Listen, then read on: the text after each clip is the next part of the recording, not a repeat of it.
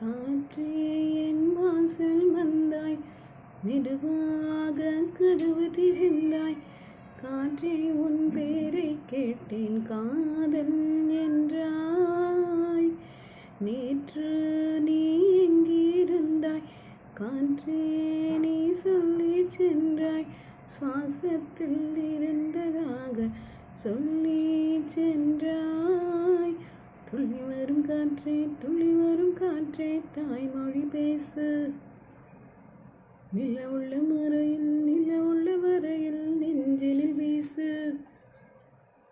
காலம் அழைக்கும் போது ஒழிந்து கொள்ள நீ வேண்டும். தாவணி குடை பிடிப்பாயா அன்பே?